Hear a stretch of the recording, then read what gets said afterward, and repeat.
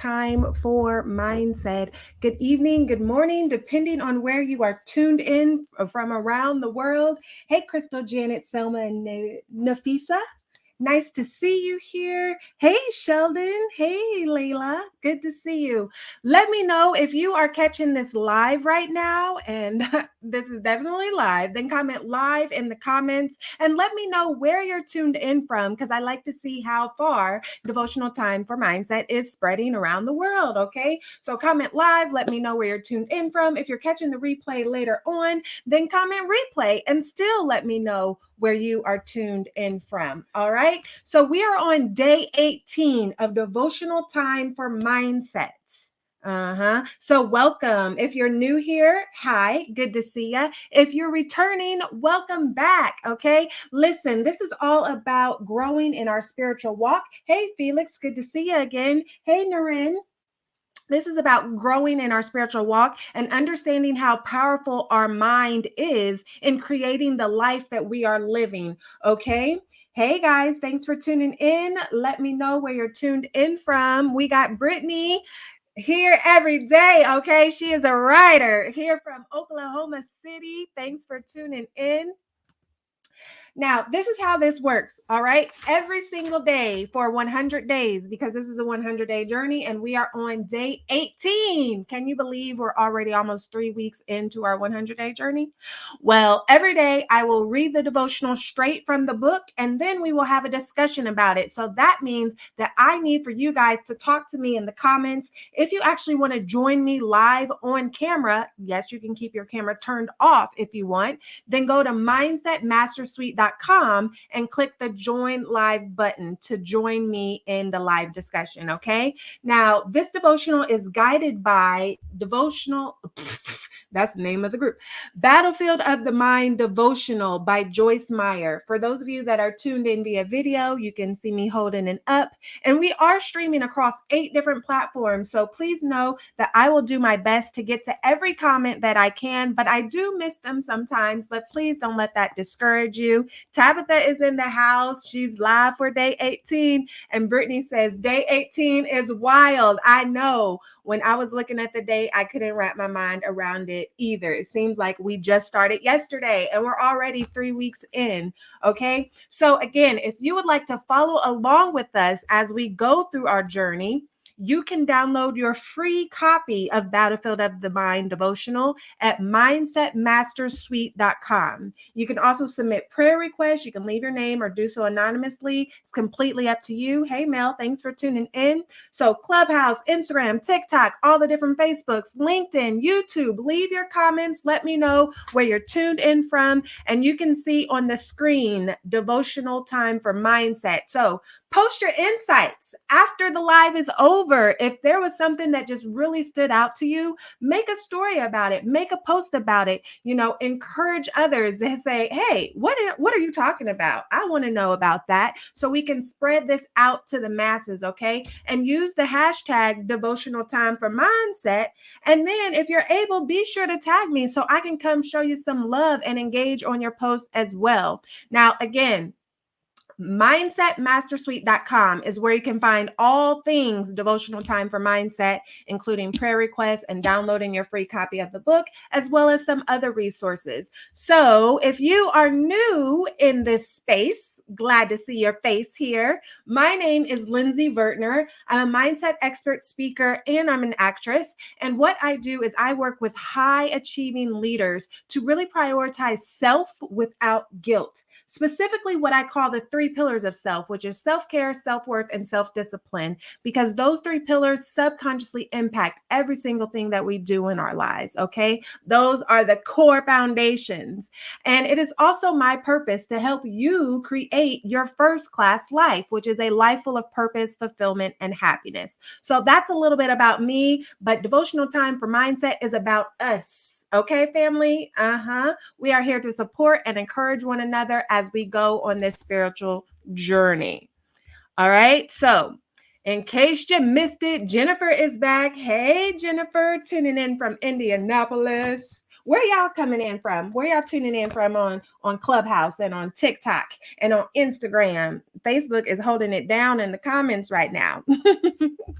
So every single day, as I mentioned, I will read directly from the devotional book and then we will have a discussion. So I'll need y'all to talk back to me for sure at that point. Okay. Let's see. Mel says she's from Paris. Oh, bonjour, Mel. Good to see you here. What time is it in Paris? Thanks for joining us. That's awesome. Okay, so let's get started with day 18 of devotional time for mindset. Day 18 is titled My Feelings. And each devotional starts off with a scripture. Then I read the actual devotional. And then there's a closing prayer. And then we get into our discussion. It is 6 a.m. Ooh, so you're an early bird. Nice. Well, I'm glad that you can make it and that you are starting your day with devotional time for mindset. That just means you're going to have an amazing day moving forward. Thanks for tuning in, Mel. All right, so let's get started. Hey, Pinky. Hey, Gabo. Hey, Judah. Hey, Adriana. Let's get started with day 18, titled My Feelings, based on the scripture Romans chapter 10, verses 9 through 10. It reads, because if you acknowledge and confess with your lips that Jesus is Lord and in your heart believe that God raised him from the dead, you will be saved. For with the heart a person believes and so is justified, and with the mouth he confesses and confirms his salvation. Romans chapter 10, verses 9 through 10. The devotional reads, but I can't help the way I feel, Angie moaned. Most of us hear this statement often. It means that the way the person feels is settled and they believe they have to go with those feelings. It's like an unchallenged fact of life. We have feelings and sometimes they are strong, but we get confused. We allow our feelings to determine our decisions and ultimately our destiny. With that type of mindset, it means that if we feel discouraged, we are discouraged. If we feel victorious, we are victorious. It means that if we feel depressed, we must be depressed. Someone once said, my feelings are emotions, they are not reality. In other words, just because we feel a certain way doesn't make that feeling a fact. It only means that we feel that way. We must learn to press past our feelings. Perhaps an example will help. Janet sells real estate, and when she makes a sale, she feels wonderful and successful. Last month, she sold 5 upscale homes and made an excellent commission. This month, she has sold only 1, and she feels as if she's a failure. Is Janet a failure? No. It's just that on dark days, she feels that way. But that doesn't mean it's true. Today, I may not feel God at work in my life, but is that true? Or is it that the way that I feel? I know many people who don't feel loved by God. That's how they feel, but it isn't the truth. The devil gains a stronghold in this area. If he can convince us that our feelings are reality, he has made great progress and we are easily defeated. Years ago, I spoke in a church and many people came up to me to tell me how my message had encouraged them. I beamed because I was still new in the ministry and I really needed lots of compliments in order to feel successful. One man said, I didn't agree with anything you said. You need to get your theology straight. And he walked away. Immediately, discouragement overwhelmed me. I had tried hard to be God's instrument to the people, and I had failed. As I left the church, I thought about what had happened. At least 50 people had told me how my words blessed them. One man came to me with the negative message. How did I react? I believed the negative. I allowed his words to shift my thinking and I convinced myself that I had failed. I hadn't failed. I had listened to the wrong voice and allowed it to control my feelings. I determined that never again would I allow one negative voice to discourage me and make me feel that I had failed. Perhaps I had failed to help that man and I couldn't do anything about it, but my teaching had touched many others. One woman had tears in her eyes when she told me that I had given her exactly the right words she needed to hear. I did something else that night. I reminded myself that what I experienced had been a negative feeling, but it had not been reality. I began to quote Bible verses, reminding myself that Satan attacks us where we're weak and vulnerable. I was new to public speaking, and the man with the negative word knew that. I thought of Romans chapter 10, verses 9 through 10. We often quote these two verses when we speak to people about their salvation. However, the principle is there no matter what the subject. Paul says that we need to believe in our heart and confess with our lips. I stopped and said out loud, God, I believe I am in your service. I believe I did my best for you. I believe you used my words to bless many people. I do not have to listen to that one negative voice. Within minutes, I felt better. See how quickly our feelings can change? Reality hadn't changed, but I had. I refused to allow negative, wrong thinking to turn me from reality. The closing prayer reads, Loving and caring God, forgive me for thinking wrong thoughts and for allowing wrong feelings to determine my attitude. I ask you in the name of Jesus to help me believe your word and to entertain positive thoughts. Amen. All right, y'all. So that was day 18 of devotional time for mindset. That was our actual devotional reading. And that means since I'm done reading, now it's time to get into the discussion. Okay. We have Mama Vicky back in the house. Aunt Francine is back in the house. Miss Joyce is back in the house. Kalisha says amen over on TikTok. Hey, Nisa. Hey, Monica. Hey, Erica. Thanks for tuning in. Okay, y'all. It's discussion time, which means I need y'all to talk to me, okay? Talk to me in the comments, share this live stream out. And then if you actually want to join me live and verbally discuss with me, if you have an insight you'd like to share with everybody tuned in, or maybe if you have a question that you'd like us to talk about in regards to today's topic, then go to mindsetmastersuite.com and click the join live button, okay? That is also where you can download your free copy of the devotional book, Battlefield of the Mind Devotional by Joyce Meyer, so that you can follow along with us as we are on our 100-day journey. Mama Net is in the house. Mama Vivian is in the house. Hey, Terry. Okay, mindsetmastersuite.com is where you can do all the things. So, my feelings. Raise your hand if you have ever said, I don't feel like it. Hey, Nikila. Have you ever said, I don't feel like it for whatever reason? Maybe your alarm went off in the morning and you're like, oh, I don't feel like getting up.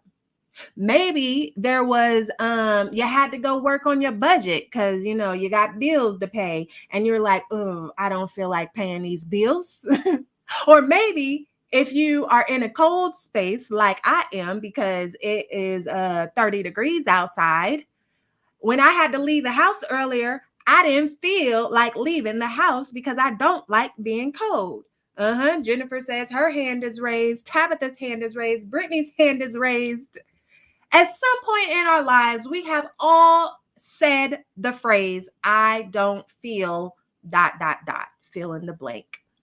Mama Vivian has her hand raised too. What about you? It's me and Shea Butter. How about you guys, Noreen and Mel? Listen, here's what I want y'all to know.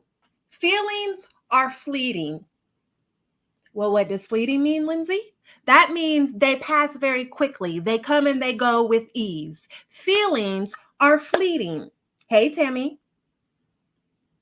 Feelings are fleeting. Have you ever experienced a time where 1 minute you're happy and within a few seconds something made you angry, or vice versa? You were so sad and somebody comes along and makes you laugh hysterically and now all of a sudden that sadness is gone? Kalisha says, yes. Feelings are fleeting. They come and go as they please. They wish-wash and blow in the wind like a leaf that falls off a tree and you see the wind just blowing it around wherever it wants to go. The leaf has no control. It just goes wherever the wind takes it. Well, sometimes we feel like our feelings are like that, that we don't have any control over. They just come when they come and they go when they go. And just live their own life. But I want us to really understand today that we have complete control over our feelings. And it's important that we learn how to regulate our emotions, because if we can control our emotions, we can control our life. And I use that word control very loosely because I don't want it to become rigid, but I'll come back to that in a moment. So I don't want to say that feelings are fake, because feelings are very real and they can be very valid, especially in the moment. The things that we are feeling can really get us like, ooh, steamed up, 0 to 100. Or they can bring us joy and happiness. There's positive, there's negative feelings, and all in between. But what I do want us to understand is that feelings are not facts.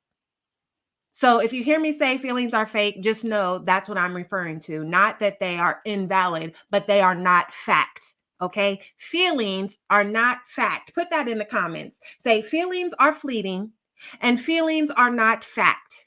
However, my feelings are valid. That was a lot. Hey, Douglas. Mama Vivian says, amen. Being emotionally mature will change your life. Oh, yes. Baby.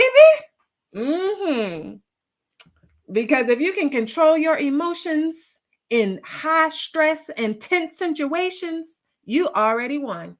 It don't matter what's happening, okay? She says feelings are fleeting and feelings are not facts. Yes, put that in the comments if you're tuned in right now. Okay? So, here's the thing. The enemy wants us to stay in our negative emotions, because I don't know about you, but a part of being a human, we often feel negative things throughout the day. And the enemy wants us to stay in those negative spaces. So ask yourself, and I think we touched on this a little bit in previous days. Did you have a bad 5 minutes, or did you really have a bad day? Because 99% of the time, you had just a singular bad 5 minutes that you let overflow into the rest of your day. And so I follow that up with saying, don't make mountains out of your moments. Did y'all catch that? Don't make mountains out of your moments. Capture the moment as it is. Be in that space and process the moment. And don't let it become a mountain that occupies your entire day. Yeah, got it? Okay. So, what happens when we don't regulate our emotions? We already know the enemy wants us to stay in a negative space of emotions. And here's what else happens, because we've learned on previous days that our mental state, our emotional state, and our physical state are all tied together. So when one is being negatively impacted, it overflows into other areas of our bodies. Okay.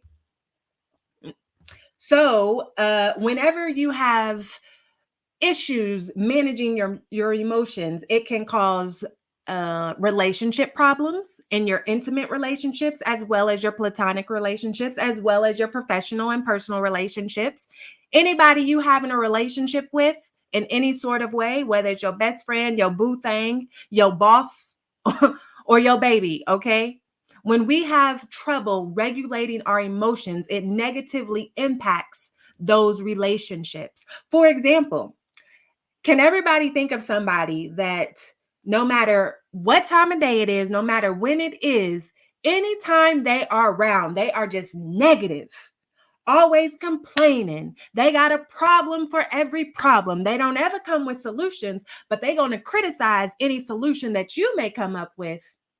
Kalisha says, been there. Yes, I like that. You can think of this person. We normally call them negative Nancy's, right? Or Debbie Downers. And we ain't going to single out the females because there's some negative Neds and Debbie Davids. Or wait, Debbie Downer, David Downers. I had to figure that one out for a second. Debbie Downers and David Downers, negative Nancy's and negative Neds, okay?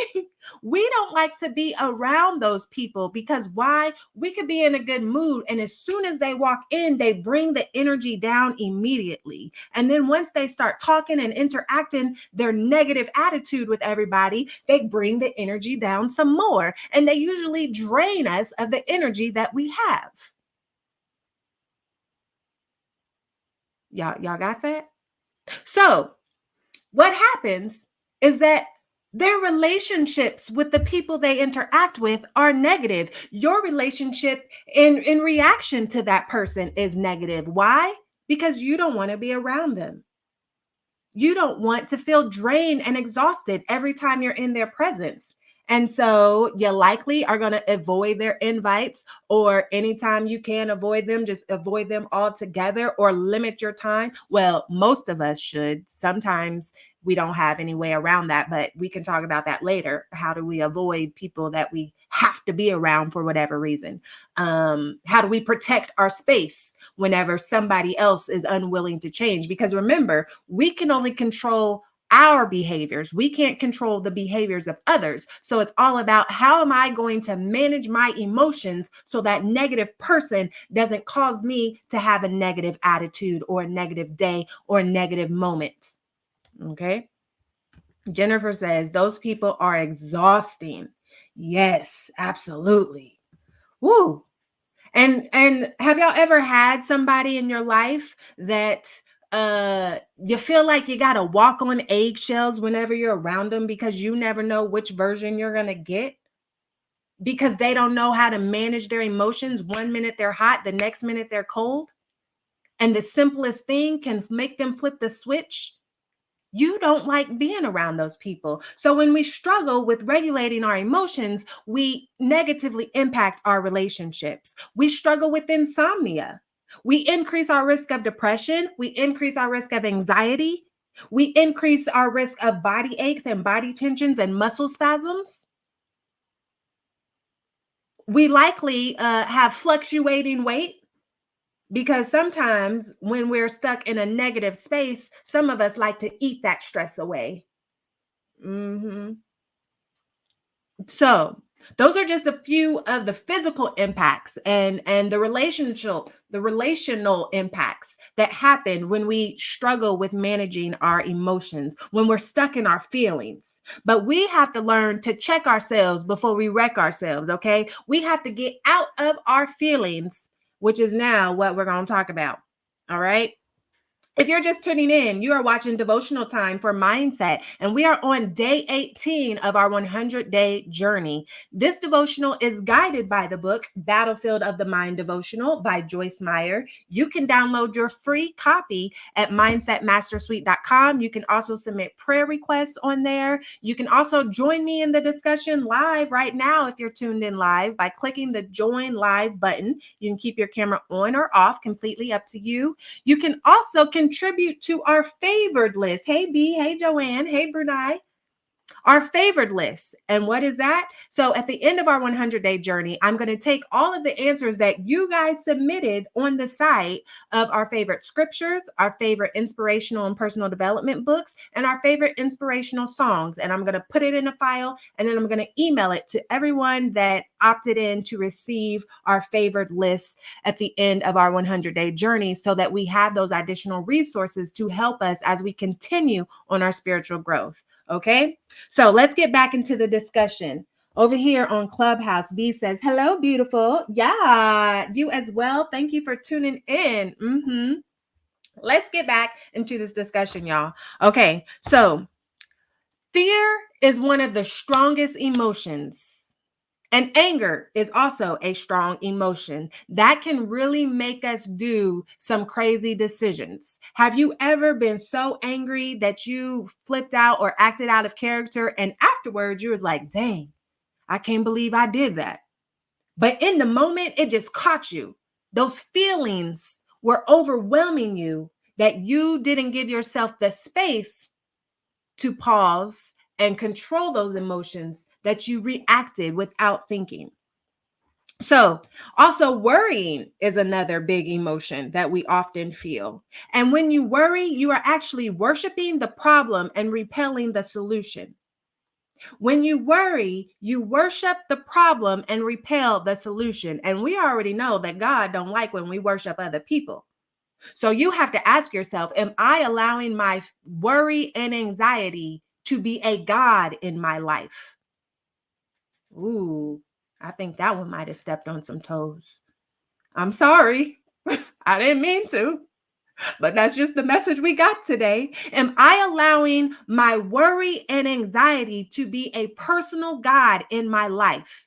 Because I'm constantly worried and anxious about situations that I spend more time focusing on the worry and the things that I'm anxious about, that I end up worshiping the problem and repelling the solution. Mhm. I end up worshiping the problem and repelling the solution. And the solution is giving it to God, asking for his guidance, asking for his forgiveness if necessary, taking accountability for my actions or taking accountability for my lack of actions, asking God to help give me instruction or the resources and tools or the support that I need to remove myself from this space. Because remember, we can't do both at the same time. We learned that on previous days. Where your focus goes, your energy flows, and the things that you focus on, you attract more of into your life. Mama Viv says that's thought provoking. That's why we here for devotional time for mindset, okay? Hey, Abuye, we have to shift the atmosphere. Absolutely. We have to shift the atmosphere, be said on Clubhouse. Brittany says, am I allowing worry and anxiety to be a God in my life? Do I worship the problem? That's what I want everybody to think about, because we have to be mindful of that, because it is impacting the lives that we are creating for ourselves. Hey, Joe, Larry, and Manda, thanks for tuning in. Okay, so in Matthew chapter 6, verses 25 through 24. Okay, Matthew chapter 6, verses 25 through 24. I'm gonna read this to you because it's some good stuff, okay?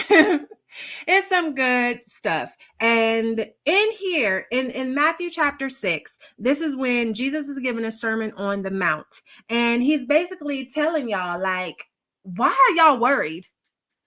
Y'all don't need to be worried about the little things that y'all are worried about, because if you are a child of God, then we got you. My dad, God, Sky Daddy, the big man upstairs, he got you. Me, Jesus, I got you. So why are you worried about it? So, okay, let me get it to y'all. Okay, so this is from the Message version of the Bible. Remember, I told y'all I like to look at different versions because sometimes that can help us better understand what is being said, without all the these and thous and, I shan't. Shan't, that sounds like you did something in your pants that you wasn't supposed to. Okay. Y'all know we like to have fun on devotional time for mindset. Let me get back on task, okay? So Matthew chapter 6, verses 25 through 34, and this is from the Message version. I love the Message because it often can make it just plain as day. It's like it's telling the story in modern day times. So this is God speaking, or not, excuse me, not God. This is Jesus speaking. He's giving the sermon, and he says, if you decide for God, living a life of God worship, it follows that you don't fuss about what's on the table at meal times or whether the clothes in your closet are in fashion. So already off top, he's saying, if you follow God, then why are you fussing and worried about what meal is going to be on your table when it's time for dinner? Why are you worried about what fashion is in your closet? It goes on to say, there is far more to your life than the food you put in your stomach, more to your outer appearance than the clothes you hang on your body. Look at the birds, free and unfettered, not tied down to a job description, careless in the care of God, and you count far more to him than birds. What does that part mean? That means If God takes care of the birds, then why would we think that God wouldn't take care of us? If the birds gone about their business, free as a bird, y'all heard that saying, right? I'm free as a bird. If they go about their business and they aren't worried and they can live a life of freedom, why would we think that we are less significant than a bird? If God takes care of the bird, why would he not take care of us? So the chapter goes on to say, has anyone by fussing in front of the mirror ever gotten taller by so much as an inch? And I'm going to pause it right there. And I'm going to repeat it. Has anyone by fussing in front of the mirror ever gotten taller by so much as an inch? I bet you haven't. Has worrying, has being angry or being fearful or being anxious about something made any of y'all taller? Has it made any of y'all more attractive? No.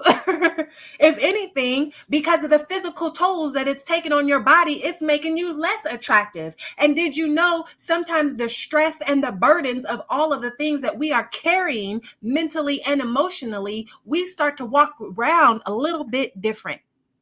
And by that, I mean, eventually, over time, when we hold ourselves and carry ourselves just a little bit different, we're a little bit slumped over. We aren't as confident in the things that we are doing in our lives. We aren't as confident in our thoughts and our abilities and walking in our purpose. And so we shrink ourselves a little bit. We subtly hunch our back. Have y'all ever seen an old person and it looks like they're actually hunched over and have a humpback? I bet you they weren't born like that. Now, in some instances, there are medical deformities where people can be born like with a hunchback and things like that. But majority of these cases, they didn't start like that. If you look at their old younger pictures, they standing upright. Guess how they got like that? Outside of any medical disorders, I can bet you over time, the stress and fears and anxieties that they carried around with them caused them to subtly shrink themselves and walk with their shoulders slumped. That eventually, over time, it became now I am unable to stand up straight. I am unable to sit up straight. It's right here in the scripture. Has it ever made you taller? Nope. But we have instances all around the world we can see in people right in front of us that it can definitely make us shorter. It can definitely give us wrinkles and make us uglier.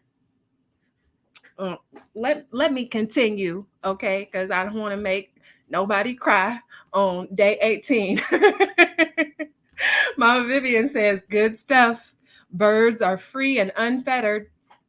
She says, I need to sing like the birds and stay unfettered. Absolutely. Hey, Lola. Hey, Tika. Hey, Ron. Okay. Let me continue what is happening in Matthew chapter 6, verses 25 through 34. So, all this time and money wasted on fashion, do you think it makes that much difference? Instead of looking at the fashions, walk out into the fields and look at the wildflowers. They never primp or shop, but have you ever seen color and design quite like it? The 10 best dressed men and women in the country look shabby alongside of them. Y'all, Jesus was giving y'all the business, okay? And by y'all, I mean me too. All of us. Jesus was given the business in this sermon. He said, go outside and look at the flowers in the field. How beautiful are they? Even the 10 best men and women from around the country don't look as beautiful as these flowers when you're not worried about the right thing. Hey, Eugenie. Y'all, he was hurting feelings, okay? Taking names and kicking butt. And so he's saying, like, if I can take the time to make the flowers look so beautiful and colored and just amazing. Have y'all actually ever seen just some beautiful flowers or been driving down the road and saw a big field of flowers and just looked at them in awe and how pretty they look? Or have any of y'all ever gotten a bouquet of flowers and like, oh my gosh, these are gorgeous? If God would put all the time and attention into a plant, then why would we think that he wouldn't care about us as well? Okay, so the verse goes on to say, if God gives such attention to the appearance of wildflowers, most of which are never even seen, don't you think he'll attend to you? Take pride in you, do his best for you? What am I trying to do here is to get you to relax. Y'all, that is literally in the word. What I am trying to do here is get you to relax and to not be so preoccupied with getting. Y'all catch that part? Not be so preoccupied with getting. For some of you, that's getting money. For some of you, that's getting a relationship. For some of you, that's getting a promotion. For some of you, that's getting success. You have to identify what is your getting in this sense.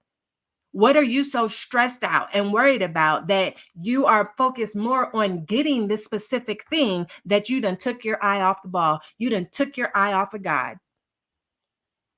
The verse goes on to continue, to not be so preoccupied with getting so you can respond to God's giving. Because guess what? When we put God first above all things, he will give us the desires of our heart, y'all. I know that is a crazy, crazy concept. But when we put God first above everything, when we give our problems to him, when we learn how to manage our emotions and not worry and be fearful of the things of this world, he will give us our heart's desires, as long as it's in alignment with, God's law and his will for our lives. That is, we talked about that on previous days. And as long as your heart is in the right spot, okay? Because we talked about that on previous days. Let me get back to it, okay? We almost done. People who don't know God and the way he works fuss over these things. So in the next line, he's saying, yeah, okay, don't worry about that they're fussing over these things because one, they don't know God. They don't know how God works. So it's okay if they fuss over it because they don't know. It's just like a child. A child doesn't know things until we teach them the things. And when they are younger and don't know the things, as parents, we don't fault them for not knowing because why? They are a child. And then we teach them and they grow up and now they know and they do better. And so Jesus is saying, don't worry about those folks that's fussing over there because they don't know God and how God works. But you know both God and how he works. So you ain't got no excuse, baby. Look, y'all probably don't know when it's the verse and when it's me talking. Let me make sure I'm clear. The verse says people who don't know God and the way he works fuss over these things, but you know both God and how he works. So steep your life in God reality, God initiative, God provisions. Don't worry about missing out. You'll find all your everyday human concerns will be met. Give your entire attention to what God is doing right now and don't get worked up about what may or may not happen tomorrow. God will help you deal with whatever hard things come up when the time comes. What a way to end it. Jeez Louise. Mama Viv says, just relax. Hey, John. Hey, Queen Now. Hey, Lisa. Woo! Brittany says, see your life in God's reality. That's good. Brittany, it is so good. Because we just said the facts are not reality. The enemy wants us to think that our wait, I said that wrong. The facts are not reality. Y'all know what I meant. We just said that feelings are not facts and feelings are not our reality, but the enemy wants us to think that our feelings are fact and that our feelings are reality. And right here in the scripture, it says, be focused on God reality. Because why? We know that God wants us to have a life of abundance and joy and peace and love and kindness, the fruits of the Spirit. And we know that the enemy comes to kill, steal, and destroy. So, of course, he's going to do whatever he needs to do to keep you in that space. that negative space.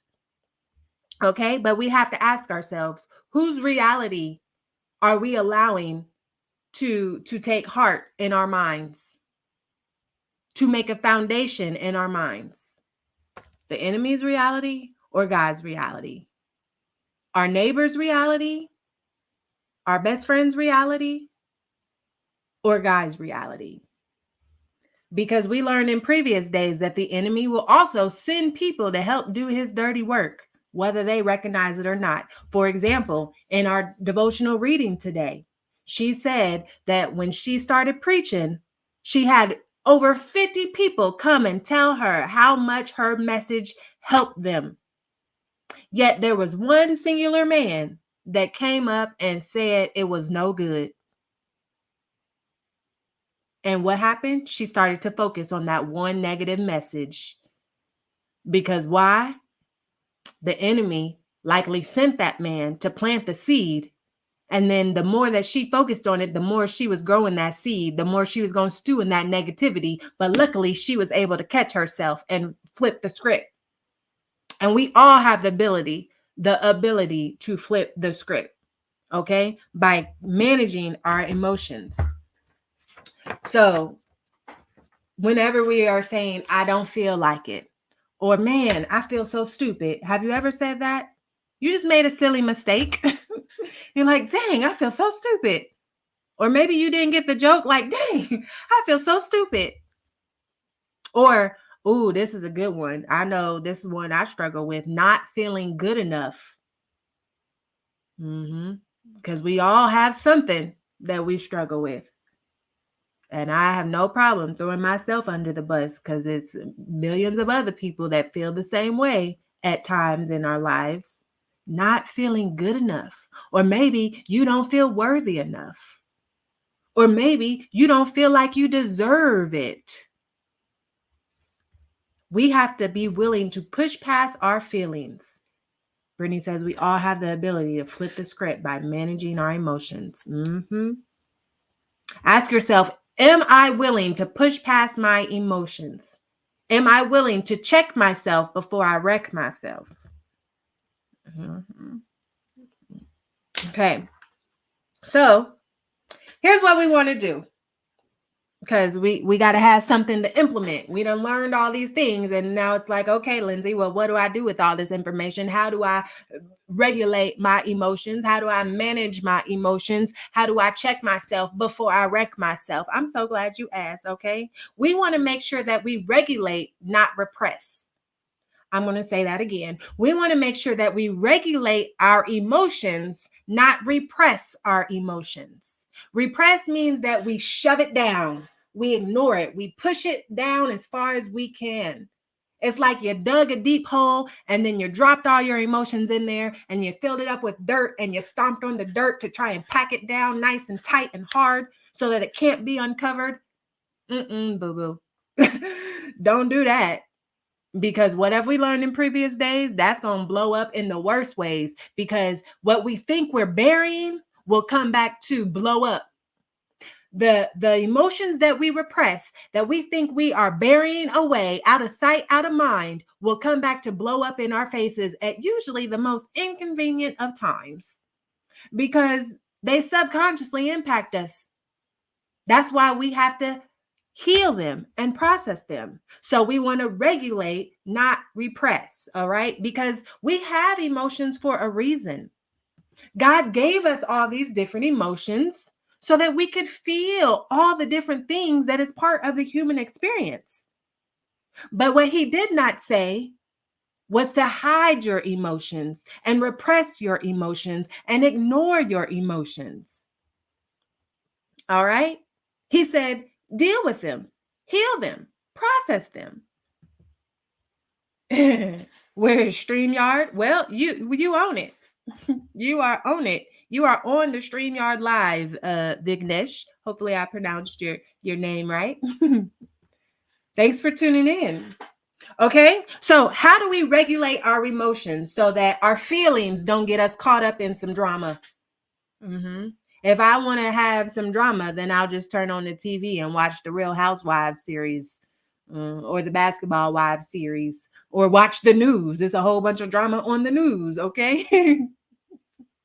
Let's talk about how we regulate our emotions. First things first, and these are in no particular order, okay? So y'all feel free to put these in the comments. No particular order. This is how we regulate our emotions. 1, be intentional. Be intentional about what you want out of life. Y'all know I got my book, First Class Life, and First Class Life is actually an acronym.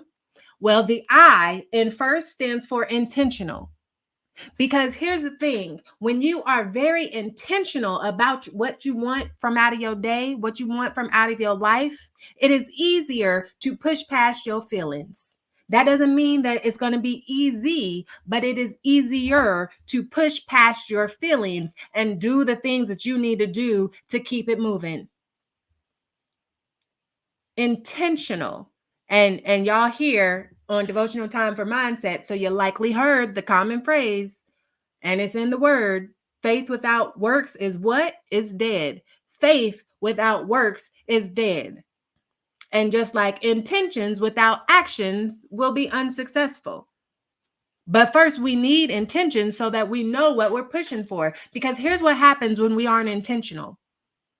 Everything else around us, the people around us, will create our lives for us, even though they don't have to live it. When you're not intentional about your own life, that means somebody else is creating the life for you. And please don't let that be the enemy, because we know where he wants to keep us. So we have to be intentional. You can just focus on the day. If you're like, ooh, figuring out what I want to do by the end of the year or what I want for my life is too overwhelming right now, that's okay, because you can take it little by little. We learned that in previous days, one step at a time, and say, what are the intentions for today? Maybe your intention is to get up and have a good day because yesterday you had a bad day. You turned a moment into a mountain. You turned a bad 5 minutes into a bad day. And so maybe today, your simple intention is, I want to have a good day. You should probably define what a good day looks like for you, because that's going to look different for everybody. Hey, Melissa. Hey, Jasmine. Hey, Delana. Hey, Betsy. So being clear on your intentions, because fuzzy intentions produce fuzzy results. So we have to be very clear on what it is that we desire and what it is that we want. Fuzzy intentions produce fuzzy results. But it helps you to fight another day because you know what you're fighting for. It helps you to focus. It helps you to stay on track and or get back on track if you should fall off of track. So for example, I shared my story in previous days about the 2007, how after a fatal car wreck caused me to be brain dead and paralyzed amongst a long list of injuries, and I made a full recovery. Here's the thing. I was very intentional about what I wanted once I became conscious and aware of the situation. First, I was faithful that despite what it looked like, all things work together for my good according to his will and purpose. I was faithful that God had bigger plans for me that didn't include me being paralyzed. And then from there, I was intentional. I said, what is my singular focus right now? I'm already alive, so I ain't got to worry about that. My next focus is I want to walk.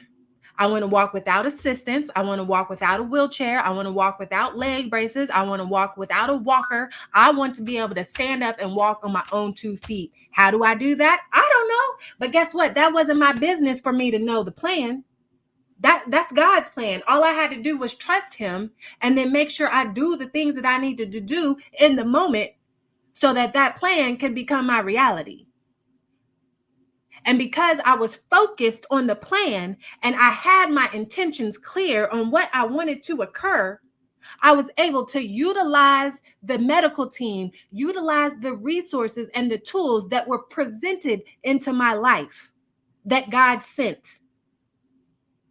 Did y'all catch that? I was able to utilize the resources and support and the skills and the tools that I needed to achieve the plan, to achieve the goal that I was very intentional about.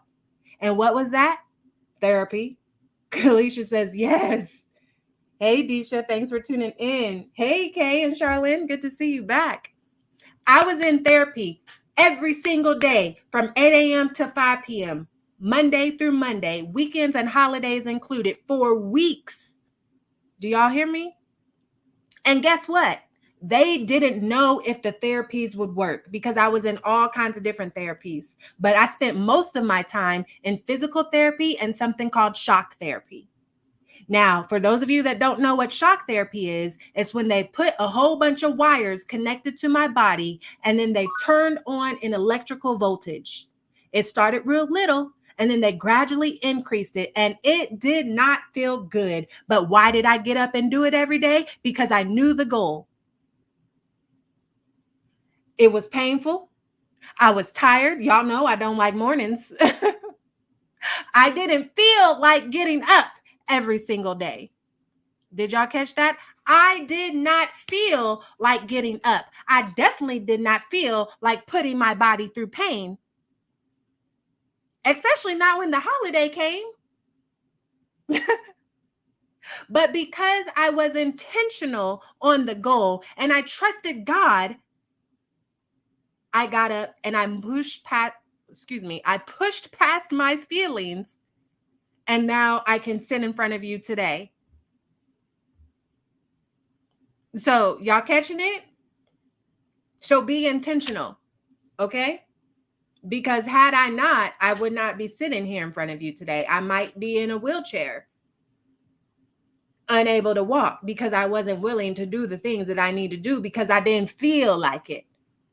And mind you, I had to make the choice each and every day all over again. So it's not like we make the choice one time and then we're set for the rest of our lives. No, sometimes you have to get up and every single day make the choice to get out your feelings all over again. Sometimes even from moment to moment, hour to hour, you have to make the choice to get out your feelings, push past your feelings so that you can reach the ultimate goal. I'm not sure.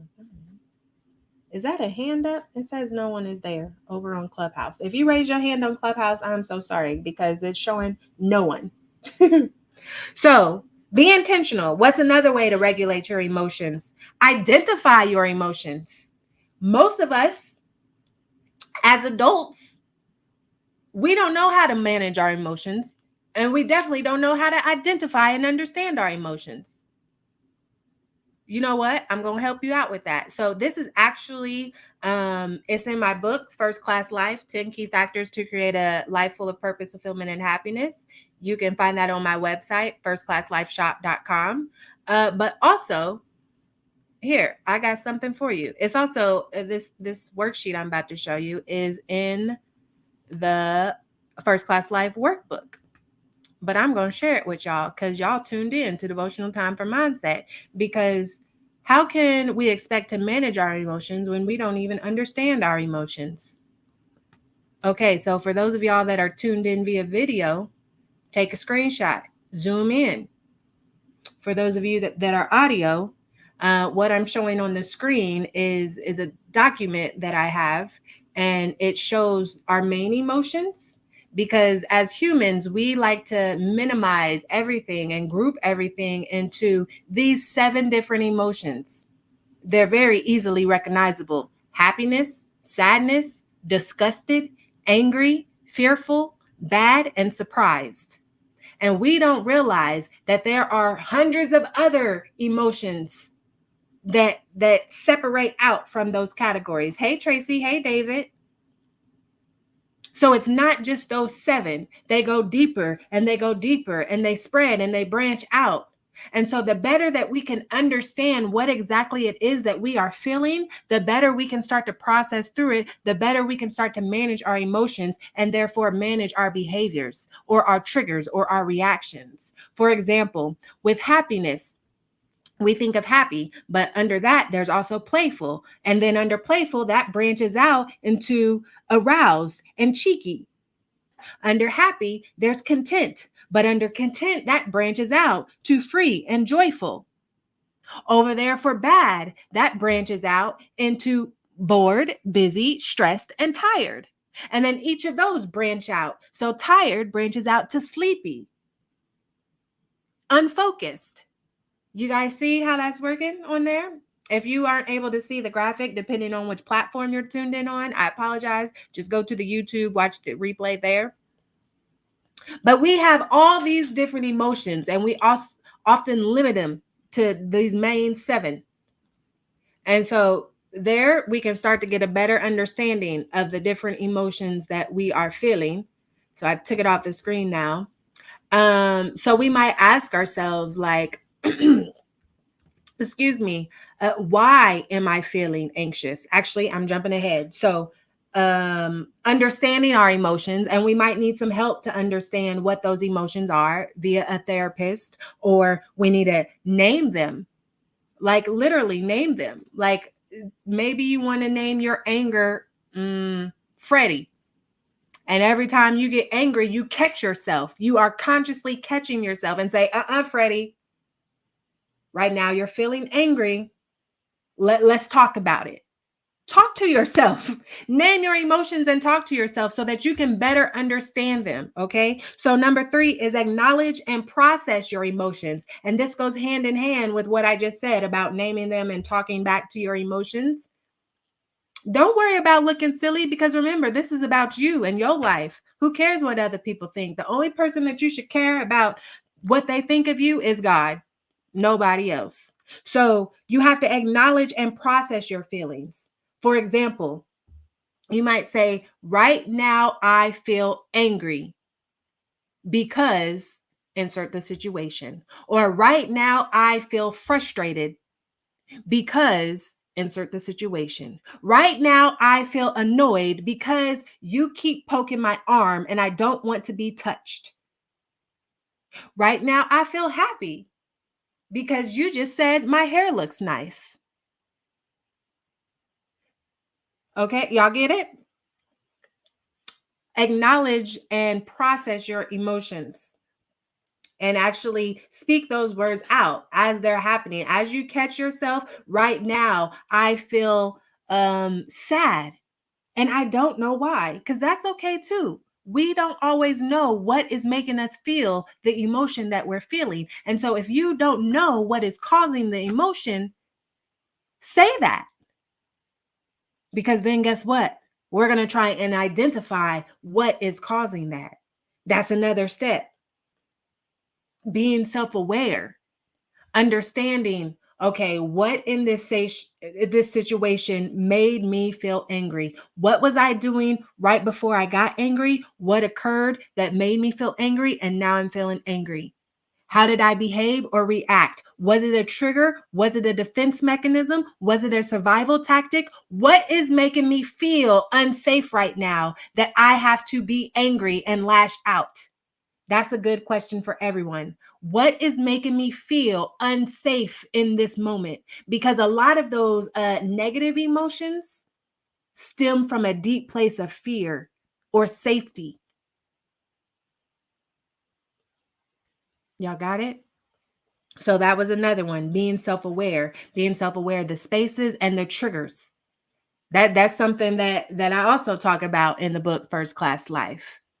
R is for reflective, understanding how I impact my environment and how my environment impacts me. Everybody should be doing this all the time. For example, how we were talking about negative Nancy.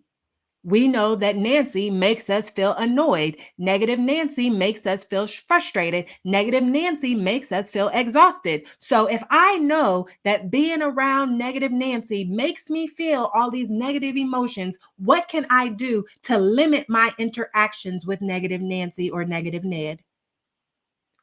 But if we aren't aware of that from the first place, then we're going to keep putting ourselves in those situations and keep overwhelming ourselves and stressing ourselves and draining ourselves out. And then wondering why we're feeling exhausted, why our shoulders are so sore, why our back is aching, because we haven't put 2 and 2 together. Have you ever walked in a building, never been there before, never heard anything about it, but you walked in and all of a sudden you just felt uneasy? You were like, I don't know what it is about this place, but I don't like it. Listen to that. That is being self aware. That is your body telling you, I don't like the energy of this space. There is something present in this moment that is making me feel uneasy. Now, some of us are going to choose to remain there regardless of that feeling. And we're just going to further put ourselves in more stress. And then some of us are going to acknowledge that feeling and remove ourselves from the situation. Mm-mm. I don't like how this is making me feel. You know what? I'm gonna catch y'all later. I'm gonna go home and y'all let me know how it went. Okay. So being intentional, identifying your emotions, acknowledging and processing your emotions, being self-aware, and understanding that the body keeps score. That's actually, excuse me, that's actually a book. I can't think of the author right now. I have it on my bookshelf somewhere over there. But go Google the book, The Body Keeps Score. Because guess what? It doesn't matter what's happening. When your body is stressed for one reason or another, it downloads that and it records that. And so anything having to do with that is going to come back even more stressful on your body. Just like how I was saying earlier about how elderly or senior citizens can sometimes start to slump over because of all the stress that they've experienced, because your body keeps score.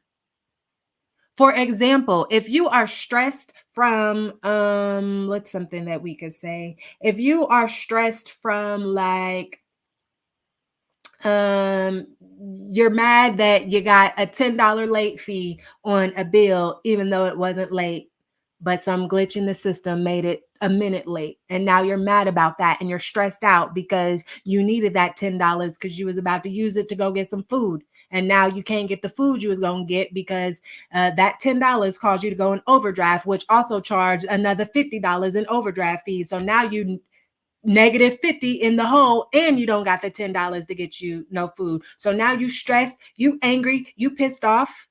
Your body don't care what is the reason that you got pissed off, but it's going to do some things on the inside to make you feel that stress. Does that make sense? And every single time, whether it's a small stressor or a big stressor, your body is going to record it. And eventually, over time, you will start to feel it in your body, either through body aches and pains, insomnia, weight fluctuation, or leading up to higher things like disorders and disease and all of those things. Your body keeps score. I see the exclamation points from Keisha over on Clubhouse. Okay, y'all understand? Joyce says, "Woo, child, this is good stuff. This is what we here for, Joyce."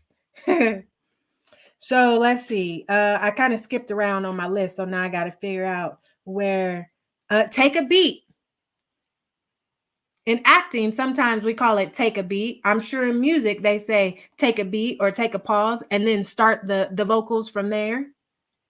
In life, we need to take a beat. That means pause. Whenever you feel yourself about to be triggered, pause. Say it out loud if you need to, because that can help us be more intentional. Pause. Just like how we talked about saying cancel out loud the other week. This time we can say pause in this situation. What happens when we pause?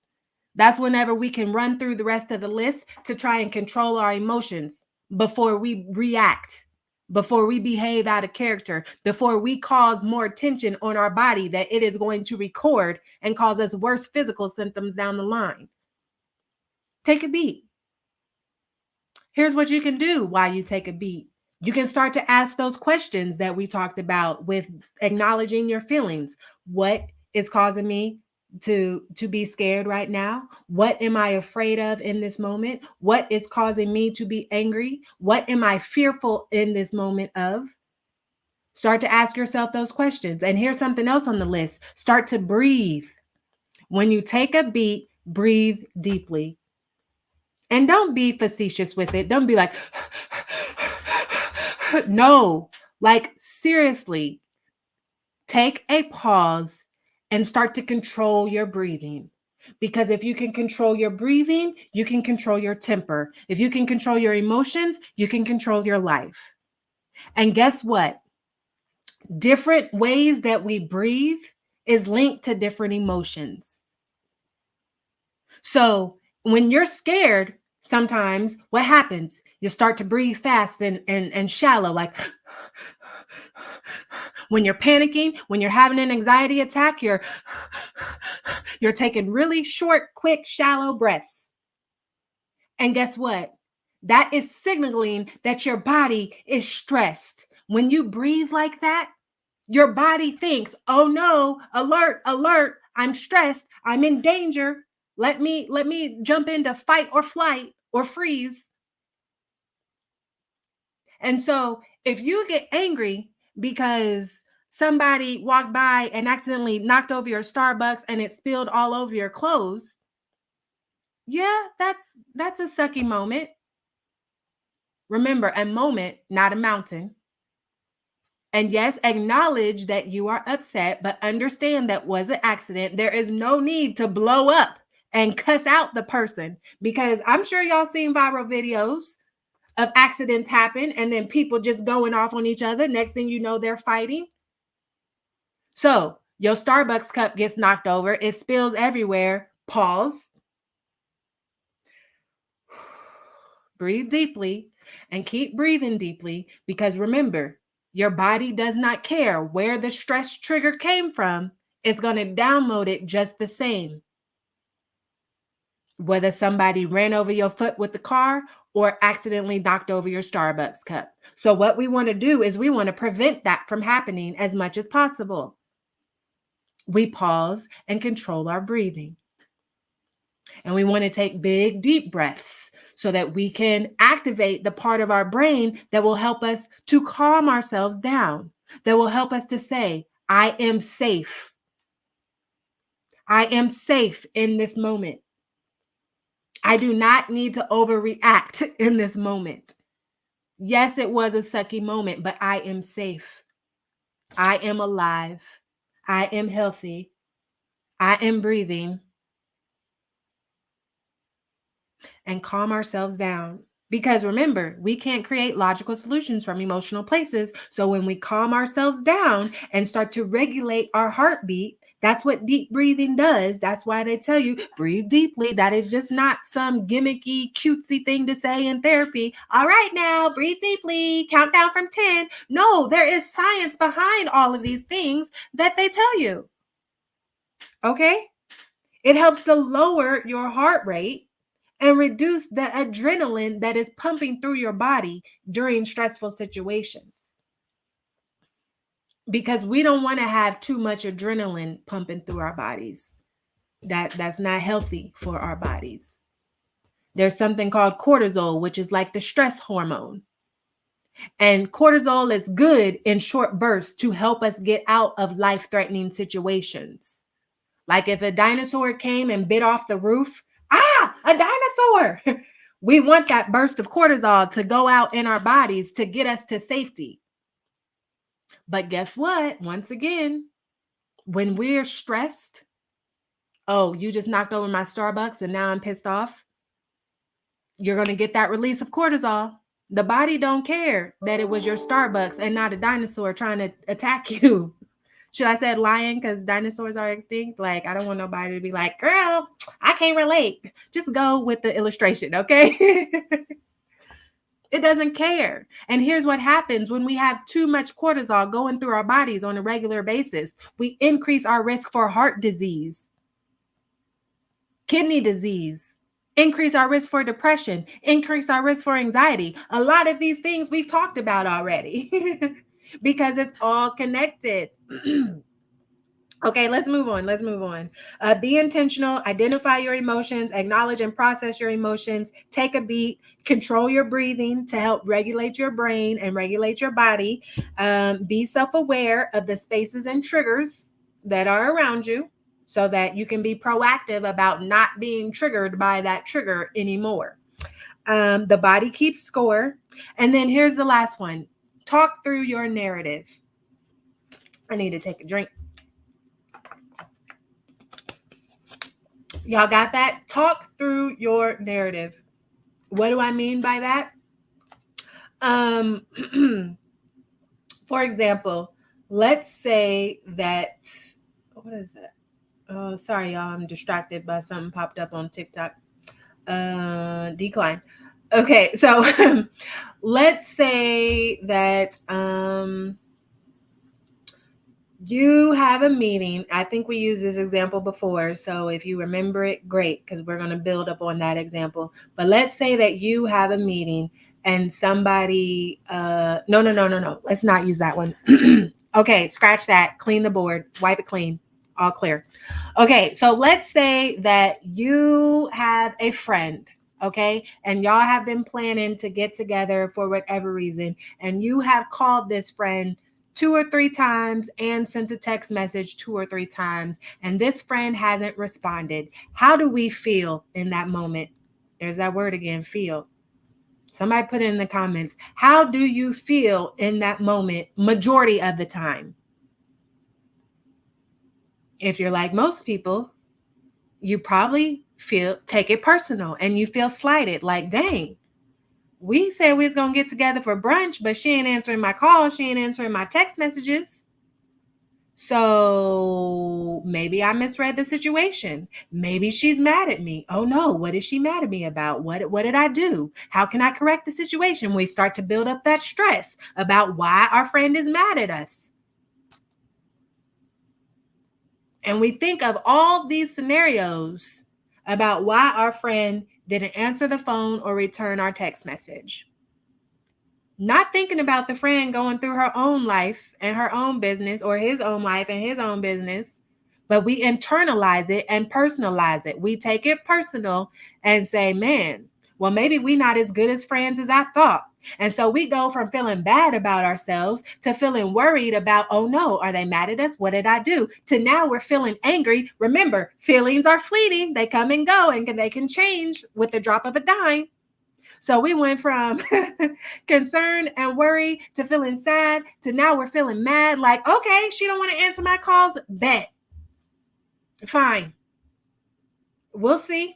And then the next time we see her out in public, we giving her the cold shoulder. Now she over here like, dang, why you treat me like that? And then y'all start to have words. Next thing you know, y'all fighting. All because we felt a certain type of way. So what do I mean by control your narrative?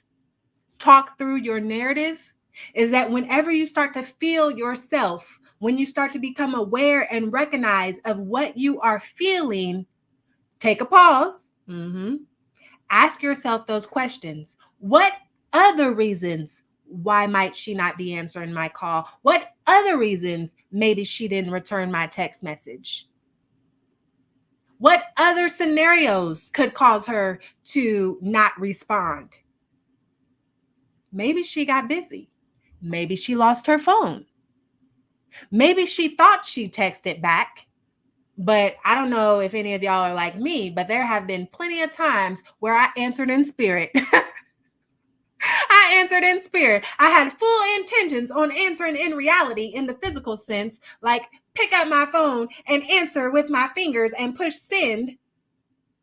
But it didn't happen because I was distracted by the things around me. And then a week later, I'm like, I never heard back from so-and-so, only to pick up my phone and realize I never responded in the first place. And it wasn't because I was being mean. It wasn't because I was ignoring them. I had full intentions on responding. I thought I had responded. But because I was busy with my own life circumstances, the message didn't get through. So talk through your narrative and say what else could be a reason behind this situation. Because guess what? It ain't all about us. Just like you're always thinking about yourself, everybody else is always thinking about yourself, which means everybody else is not always thinking about you. And I hate to be blunt like that, but that's what it is. Okay? It's the truth. Everybody is worried about their own lives, that sometimes things happen. Sometimes things slip our mind. Maybe your friend was in a wreck. Hey, let me raise my hand for that one. My mom was calling me all that Sunday because I left on a Sunday afternoon. She realized I hadn't called her once I got home. So she was calling me. I didn't answer. Now, what if my mom would have been like, well, dang, is she mad at me? No, it wasn't that. I was literally brain dead in a hospital. No clue where I was. I wasn't functional. So, of course, I wouldn't wish anything like that on anybody, God forbid, but things happen. So we have to talk through our narratives of the situation and say, well, what if ... and fill in the blank with something else that has completely nothing to do with you specifically. Your boss comes in angry. Instead of automatically thinking, oh, my boss, they hate me. Why are they mad at me? They about to write me up. Ooh, I can't stand my boss. Blah, blah, blah, blah, blah. Say no. Maybe your boss just got some bad news right before they walked into the meeting, and they're having trouble processing through that feeling and emotion. And so now they are taking it out on everybody, not on purpose, but that's what we do as humans. We often take out our feelings on other people and ones that don't deserve it because we don't know how to process and manage our emotions.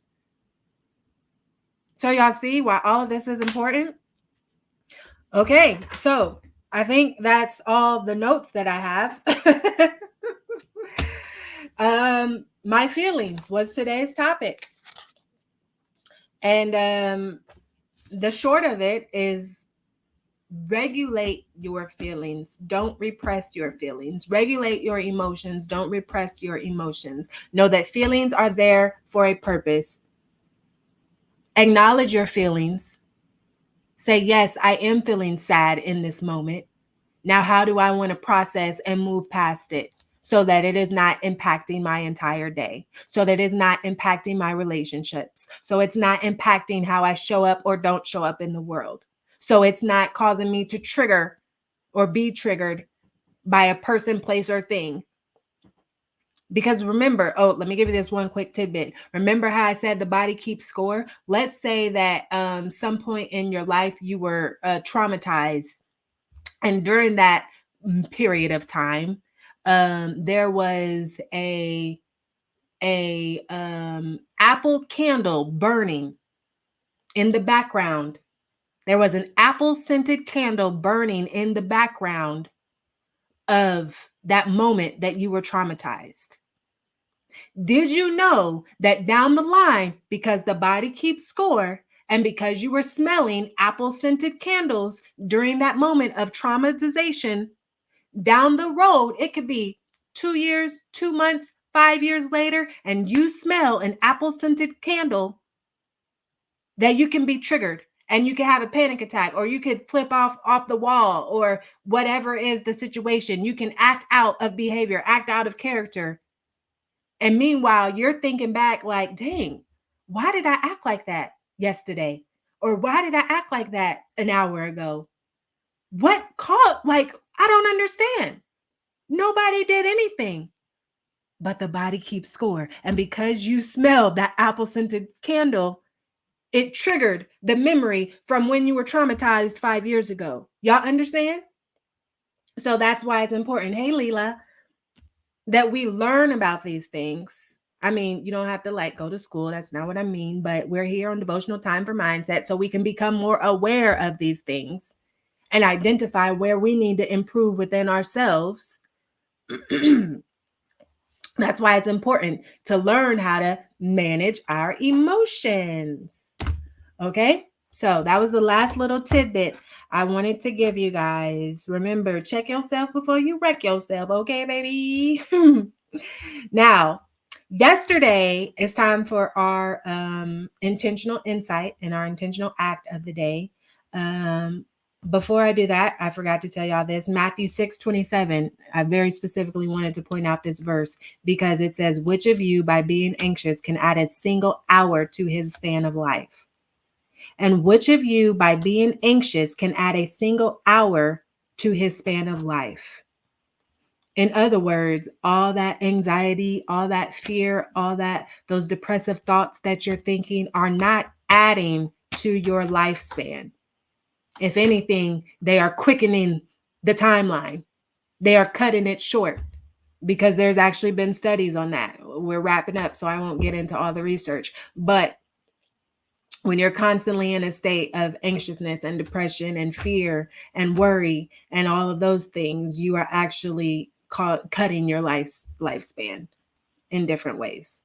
Okay. So yesterday I forgot to give y'all's intentional act. So it was supposed to be make a list of the what if possibilities. Yesterday we talked about being hopeless and what that means for our life and for our thoughts.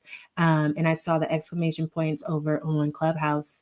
Um, so make a list of the what if possibilities. And what I mean by that, the next time that you are feeling hopeless in a situation, then ask yourself, well, what if, and insert the complete opposite of the situation. So let's say that we'll use finances as an example. Let's say that you are just drowning and drowning and drowning and drowning in debt, and you have no clue how you're going to start to recoup and rebuild and get out of this financial situation. Rather than thinking that all is hopeless and that there's nothing you can do, change the narrative and say, well, what if this happened? What if this happened?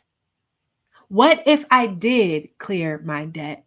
What if I did pay off this credit card? What if I did get this bill paid? What if, and insert, think of all the possible scenarios that are completely opposite of the situation, okay? So if you want to go back and do that one for yesterday, since I forgot to put it on the screen, there you go. You're going to have 2 acts, intentional acts to do today.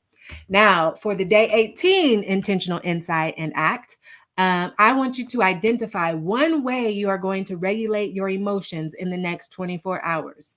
So we just talked about literally 8 of them, probably more than 8.